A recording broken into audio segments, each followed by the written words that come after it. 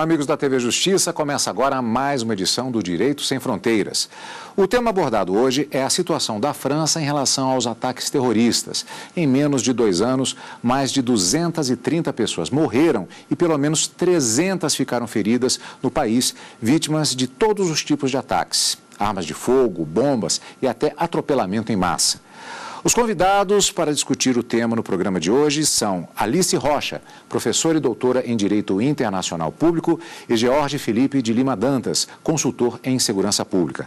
Agradeço muito a presença de ambos aqui nos estúdios da TV Justiça para abordarmos esse tema que, na verdade, acaba envolvendo muitas questões. É um tema que puxa a realização de todas as políticas internacionais na atualidade e, por consequência, eu começo perguntando se não é justamente, na verdade, mais do que a própria França em si e a situação daquele país, da sua população e a guerra ao terror, se não é um tema que, na verdade, ele gera muitos subtemas, gerando até uma certa dificuldade de compreensão de todo esse universo.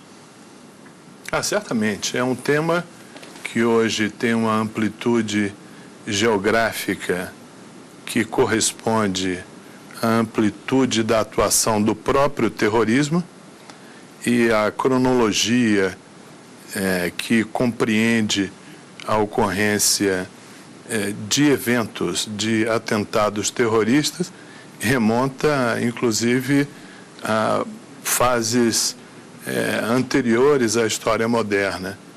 E se pensarmos na conjuntura do mês de julho, nós estamos diante de uma série de acontecimentos em um mês, envolvendo, conforme foi referido, 230 mortes e cerca de 300 feridos. Então, eu diria que, além da abrangência espaço-temporal, o tema também sugere uma atenção, uma abordagem multidisciplinar, incluindo questões que vão do direito à sociologia do crime, aos estudos de segurança, antropologia da violência e uma série de outras disciplinas que talvez contribuam para se trazer luz a uma questão tão dramática, tão contemporânea e tão dolorosa para algumas das nações mais importantes do mundo contemporâneo. Professora, justamente pegando em uma perspectiva, primeiramente aqui, em um aspecto prático, digamos assim, em relação a esse último atentado, por exemplo, que nós acompanhamos, que foi do atropelamento nas comemorações da queda da Bastilha em Nice, na França, a primeira atitude do governo francês foi decretar um estado de emergência. É uma atitude, é um ato imediato, mas ele tem uma série de consequências jurídicas. Essas consequências jurídicas são eficazes ou ainda, como alguns analistas estão dizendo, ainda é pouco e ainda há quem faça uma pregação no sentido da própria alteração do cabedal jurídico, tanto na França quanto internacionalmente, por conta do combate ao terror? Então, o último caso, que a gente teve do atentado em Nice, o estado de emergência já era algo que vinha na França desde dezembro, desde o atentado ao Bataclan, aos restaurantes próximos. O presidente François Hollande já tinha decretado um estado de emergência. Posteriormente, ele estendeu esse estado de emergência para mais 3 meses. E, por uma questão, não sei, uma coincidência, na véspera da situação do acidente, do atentado em Nice, ele teria dado uma declaração justamente que o estado de emergência iria terminar no fim do mês de julho, porque eles consideram que o estado de emergência ele perde a razão de ser se ele continuar por um período indefinido. Então, o estado de emergência é algo pontual, é algo que vem numa situação extrema, em que alguns direitos fundamentais são limitados em função de uma razão maior de segurança da população. E justamente após a declaração dele, no dia seguinte, teve a situação em Nice, e aí o estado de emergência foi prolongado mais uma vez. Eu acredito que o estado de emergência é algo necessário, é algo que demonstra, que mesmo em estado de emergência, esses atentados continuam acontecendo, mas a gente, pegando ainda a sua primeira questão ao professor, o terrorismo é uma questão que envolve várias facetas. não é só uma questão jurídica, não são somente regras ou situações que irão coibir futuros ataques. Eu acho que tem que ser um trabalho conjunto, não só do campo jurídico, mas também do campo sociológico, do campo da segurança pública, em buscar soluções para essa questão, porque é um universo multifacetado. Porque o grande problema do terrorismo, que a gente considera até no âmbito jurídico, é que o direito ele funciona muito bem em esferas de racionalidade. Quando eu tenho a racionalidade, eu consigo trabalhar, né, consideravelmente bem. Mas em questões que não envolvem racionalidade, como, por exemplo, questões religiosas e questões envolvendo terrorismo, que não necessariamente estão ligadas, essa racionalidade falta. E aí o direito tem um pouco mais de dificuldade de como lidar com esse tipo de coisa. Então, o estado de emergência na França hoje é uma realidade que precisa ser mantida. E percebam que só por uma possibilidade de abertura desse estado vem esse ataque no dia seguinte. Então, funciona também, para alguns analistas, pode até parecer uma certa implicância, né? uma certa reação justamente ao posicionamento do presidente. Professor. A professora aborda a questão sob uma ótica interessante quando refere a racionalidade desses fenômenos. Se nós levarmos em conta, por exemplo, os 4 momentos, os 4 verbos sugeridos pela União Europeia em relação ao fenômeno do terrorismo, em que seriam preparação, proteção, a perseguição ao grupo terrorista e a resposta. Ou seja, a preparação, ela compreende toda uma lógica, né, de ações, de respostas, a proteção também. No entanto, isso se esgota diante de hipóteses da racionalidade, e nós precisamos ter em conta que o terrorismo ele compreende a violência extremada, não é? E a brutalidade como talvez componentes intrínsecos da sua própria natureza. Nós temos, inclusive, uma questão que tem sido comentada, que além desse atentado, que foi, na verdade, embora ele tenha tido uma determinada extensão, o conjunto de pessoas que, até agora, pelas investigações, estavam envolvidas é um número relativamente pequeno de pessoas. Paralelamente, tivemos outros eventos, particularmente na Alemanha, que parecem levar à adoção de atentados se antes eram caracterizados por certos atentados coletivos no histórico do terrorismo. Professor, conversávamos antes, falávamos justamente a respeito, por exemplo, do atentado de Munique em 1972, que envolvia um grande grupo, o Setembro Negro, uma organização de um determinado tamanho. Parece que há um crescimento do terrorismo de varejo. Ou seja, tivemos um indivíduo com um machado atacando pessoas num trem na Alemanha. Esse caso de, como eu disse, poucas pessoas relativamente envolvidas, embora com um estrago muito grande causado, e essa perspectiva de se espalhar o medo por conta da atuação dos chamados lobos solitários. O cabedal de segurança, assim como o cabedal jurídico, estão preparados, não só na França, mas internacionalmente, para esse tipo de ação que parece que está se propagando? Bem, a figura do lobo solitário, ela precisa ser melhor compreendida. A referência, ela diz respeito aos lobos jovens ou indivíduos já maduros e que têm dificuldade de integração ou de formação de alcateias. E pelo fato de viverem uma realidade no mundo animal difícil, esses indivíduos se tornam extremamente agressivos. Então, primeiro essa referência, à conotação da expressão.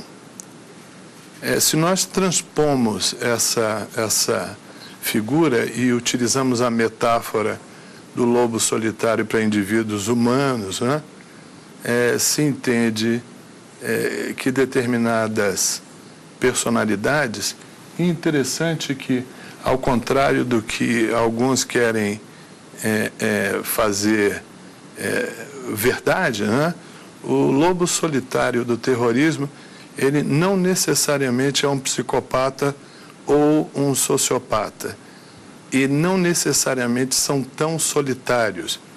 Existem lobos solitários absolutos, existem lobos solitários como a dupla de irmãos do atentado em Boston, e o lobo eram dois, não é? E existem também matilhas na contemporaneidade em que o solitário diz respeito muito mais à ausência de ligação com uma matriz, com uma unidade, com um grupo subnacional, com um ideólogo, e aí nós estamos remontando as origens do terrorismo em grupos subnacionais separatistas, movimentos político-ideológicos e, por último, o terrorismo de inspiração religiosa. Então, esses lobos que você refere, Carlos, eles realmente marcam uma demarragem de um conceito de terrorismo, né, imediatamente anterior, das décadas de 60, 70, 80, 90, em que existiam entidades das quais derivavam os atentados. Realmente, nós vivemos um momento histórico em que, se não a absoluta maioria dos últimos episódios, aconteceram por conta de um ou, no máximo, 2 indivíduos, como no caso da Maratona de Boston. Professora, eu tinha feito justamente essa pergunta, mas nós vamos para um rápido intervalo e eu já vou adiantando que eu gostaria da sua resposta, mas assim acrescentando um elemento a mais, já no próximo bloco, que seria da seguinte forma: a respeito da possibilidade ou da necessidade de desenvolvimento do cabedal jurídico frente a esse tipo de desenvolvimento desta irracionalidade, como foi bem colocado, que são os atentados terroristas, com essas características que estão sendo definidas.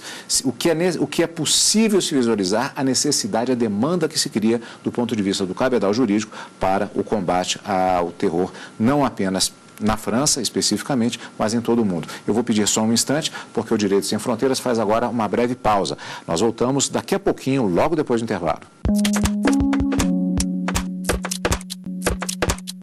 Estamos de volta com o Direito Sem Fronteiras e hoje o assunto é a situação da França e do mundo em relação aos atentados que aconteceram dentro do país. Na verdade, algo de repercussão internacional, embora a França tenha sido um alvo bastante específico, a Europa tem sido atacada, mas a repercussão acaba sendo extrapolando as fronteiras especificamente daquele país e da Europa. E aí ficamos devendo uma pergunta, na verdade já havia adiantado no primeiro bloco, falamos a respeito de aspectos específicos, o professor nos falava a respeito de diversos aspectos, eu diria doutrinários relativos às políticas de combate ao terror, como ficou bem esclarecido. Eu puxava a questão justamente do ponto de vista jurídico, se esse processo até de redefinição, de transformação, como os próprios movimentos terroristas eles têm adotado em todo o mundo, se há uma perspectiva de que o cabedal jurídico se adapte a isso. Só que eu vou alterar um pouquinho a pergunta por conta da sua observação feita aqui no intervalo, quando estávamos na perspectiva de voltar para o segundo bloco. Eu gostaria que me corrigisse se eu entendi corretamente. O combate ao terror, ele tem uma dificuldade muito grande, ou é muito difícil, ou impossível de ser feito sob uma perspectiva meramente jurídica. É essa a avaliação que é feita, e por quê? Não, com certeza. Eu acho que o combate ao terrorismo, ele, como eu coloquei no primeiro bloco, ele passa por diversas vertentes e facetas. O jurídico é uma delas. A gente pode criar uma lei antiterrorismo, mas a gente tem uma grande dificuldade em tipificar o que seja o terrorismo. Afinal, terrorismo é uma ação de terror, é um homicídio, né, com uma ameaça maior. Tem-se uma grande dificuldade nessa tipificação do que seja o terrorismo.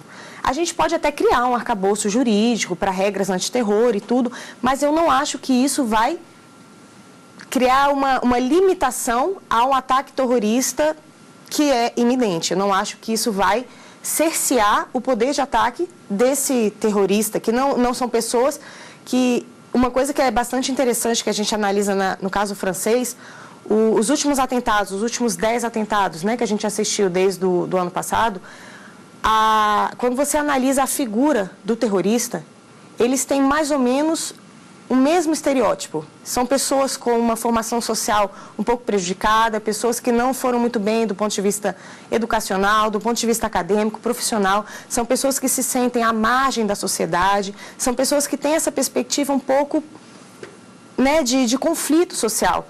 E isso demonstra que, às vezes, também são pessoas que não estão muito se importando com regras jurídicas, uma vez que a maioria deles também já tinham passagens, né, na polícia por diversas agressões e outros crimes de menor relevância. Então, a gente tem que se perguntar, será que criar regras jurídicas é uma solução para isso? Eu acredito que não seja. E pegando um pouquinho a pergunta do último bloco, a questão dos ataques isolados, que a gente comentava aqui no intervalo, é importante a gente dizer hoje do fator midiático em cima desses ataques. Talvez hoje, 2 terroristas fazem um ataque que tem essa comoção internacional, porque o fator midiático em cima desses ataques também é muito mais relevante hoje do que outrora. Então percebam que esses ataques também, às vezes, acontecem em situações que eles escolhem a dedo, para que isso dê um efeito ainda maior do ponto de vista da comunidade internacional e da questão da mídia, né? Isso tem um papel muito grande em cima desses ataques também. E sempre essa dificuldade que eles têm em relacionar terrorismo com religião, coisa que não é real. A gente tem que separar bem essas duas coisas, porque acaba que a comunidade muçulmana sofre muito. E muitas vezes eles não têm culpa em função do que está acontecendo, né? Então, é sempre a questão também da legitimidade. Eles procuram na religião, talvez, essa legitimidade para esses ataques, até pelo fator da racionalidade que eu coloquei no primeiro bloco. Porque é muito mais fácil buscar legitimar os meus atos por um fator religioso, onde ninguém pode discutir, porque afinal religião não se discute, do que por um fator de racionalidade para eles explicarem, afinal, o que vocês querem. Ok? A professora coloca um ponto interessante que eu gostaria de puxar com o professor, que é a questão da mídia, especificamente, do fato de que as informações e até mesmo as notícias, quando eventualmente, por exemplo, enquanto estamos aqui na TV Justiça, nós podemos estar, nesse momento, tendo uma informação, algo está acontecendo do outro lado do mundo, e saindo do estúdio já teremos a notícia de que um determinado ataque, por exemplo, pode ter acontecido. Eu reforço em relação ao poder da mídia, no sentido dessa velocidade de informação, e um fenômeno que eu pergunto se não seria essencialmente perigoso, que é o fenômeno chamado copycat. Se isso não pode reforçar, isso já não estaria acontecendo mediante a reverberação, às vezes, de um fato que seria relativamente pequeno e acaba adquirindo uma reverberação muito maior do que o fato em si, ganhando áreas de um atentado eventualmente terrorista, que talvez em uma situação mais calma, digamos assim, talvez ele não tivesse a mesma repercussão. Isso pode ter um efeito multiplicador? Se passamos por uma situação perigosa nesse sentido? Veja, a própria ideia do terrorismo, ela tem embutida a noção de, através da violência expressa, né? Ou da sua ameaça, se condicionar comportamentos, né? Isso é um domínio da psicologia social interessante quando trata de multidões, das turbas, enfim, né? O terrorismo, ele existe em um grande contexto em que as ações do terror inspiram medo, e inspiram medo a um nível tal que condicionam comportamentos em prol, né, em favor da agenda daquele agente do terrorismo. Então, o que acontece com uma mídia, não é, global, imediata, em tempo real, é apenas uma ampliação desse conceito que intrinsecamente envolve violência e comunicação. Talvez complementando a resposta da professora num nível mais intraespecífico da questão do terror, no contexto do Estado Democrático de Direito que precisam ser adotadas medidas de preparação, de proteção e de confrontação e resposta aos agentes do terrorismo. Se, por um lado, cabe ou não cabe uma definição expressa de um fenômeno que se manifesta através de múltiplas expressões, por outro lado, nas atividades de controle, certamente que precisam ser claramente disciplinadas dentro do escopo, da abrangência da legislação de cada um dos países. E talvez por isso mesmo a Organização das Nações Unidas tenha estabelecido marcos mínimos do que sejam esses princípios genéricos do terrorismo, como violência ou sua ameaça, o fato de ser perpetrado por agentes não estatais, de tal sorte que se possa disciplinar uma expressão que realmente é idiosincrática em relação às culturas variadas do mundo global. Uma situação, aliás, a professora fez uma referência em relação ao perfil das pessoas que têm efetuado esses atentados terroristas e que, de fato, eles coincidem exatamente com... a professora também fez uma referência não só à questão da baixa escolaridade, como foi colocada, mas também a um senso de inadequação que talvez seja, segundo alguns estudos, o elemento mais forte, aquela imagem do terrorista plenamente doutrinado, uma espécie de super guerreiro, ou qualquer coisa, isso é coisa de cinema. Na verdade, o que se verifica... Alguns estudos apontam exatamente para a pessoa que, na verdade, tem dificuldades e que esse processo, esse discurso de aceitação, que muitas vezes é apresentado, leva a potenciais recrutados para esses fenômenos específicos, para esses ataques específicos. Mas nós temos também o registro já de algumas pessoas que já estariam aderindo por questões culturais também e que não seriam elementos propriamente de uma escolaridade mais baixa. Por exemplo, nós temos europeus que estariam indo para a região do chamado califado e que, por exemplo, médicos que já estariam dando uma determinada assistência. Esses não são os homens-bomba, esses não são os que fazem os atentados, mas eles estão inseridos no contexto de colaboração por N motivos. A pergunta do ponto de vista jurídico que eu gostaria de fazer é se essas pessoas que não entraram em uma situação de violência propriamente, mas apoiam a instituição e que estão dentro da própria área, do médicos, engenheiros, etc., essas pessoas elas podem ser imputadas de alguma forma, ou essa também é uma área enevoada que não está bem esclarecida ainda e mais uma dificuldade para o direito nesse caso? Não, com certeza. Eu acho que todos aqueles que atuam de alguma forma que seja em prol, a favor e para ajudar essa ameaça terrorista, pode ser responsabilizado sim. Então, agora eles estão numa força-tarefa justamente para atrair médicos, para atrair engenheiros especialistas em petróleo para o califado, justamente para criar essa base ali dentro da estrutura deles. Qualquer cidadão, qualquer indivíduo que colabore, seja financeiramente, seja dando o seu trabalho, seja colaborando para toda a estrutura deles, pode ser responsabilizado sim. Agora, o grande problema que a gente coloca também nessa questão é a busca pela responsabilização a partir das nacionalidades desses indivíduos. Porque cada um dos estados agora, a gente começa a perceber que eles estão verificando dentro de casa, né, dentro das suas próprias fronteiras e impedindo seus nacionais de partirem. Por quê? Porque nacionalidade é uma coisa que está diretamente relacionada à questão da responsabilização. E essa é uma temática que está completamente ligada também com essa questão do terrorismo, porque... Como eu falei, são várias questões que têm que ser tratadas juntamente. Os terroristas, por exemplo, que fizeram os ataques na Alemanha, eles vieram disfarçados de refugiados. E aí vem a questão dos direitos humanos e em verificar de que forma a gente pode trabalhar o acolhimento a esses refugiados, mas que, ao mesmo tempo, isso não seja uma ameaça para a minha segurança nacional. Né? Às vezes, a gente, nessa boa vontade de buscar acolher essas pessoas, a gente acaba trazendo para casa esse terror, que foi o caso da Alemanha. Agora, essas pessoas... O mais incrível que está acontecendo é que pessoas do mundo inteiro estão sendo atraídas, pessoas das mais diversas, né, formações e conformações sociais estão sendo atraídas, e eles explicam que talvez uma das razões dessa atração seja justamente que dentro do califado não existe diferenciação em relação à nacionalidade dessas pessoas. Eles não têm um conflito de inserção, de conformação social que talvez eles vivenciam em outros países que não os aceitam enquanto nacionais, por mais que juridicamente eles sejam nacionais daquele país, e talvez no califado eles encontrem essa casa, esses irmãos, essa comunidade que os acolhe de uma forma mais fraternal, mais próxima. E talvez isso seja um fator de atração também. E mais do que isso que tem preocupado, a quantidade de mulheres que estão sendo atraídas para dentro do califado também tem aumentado. E isso é um fator que começa a se verificar o que tem atraído tanto essas mulheres. Então, isso é um fator também que eu acho que a comunidade internacional tem que começar a se perguntar.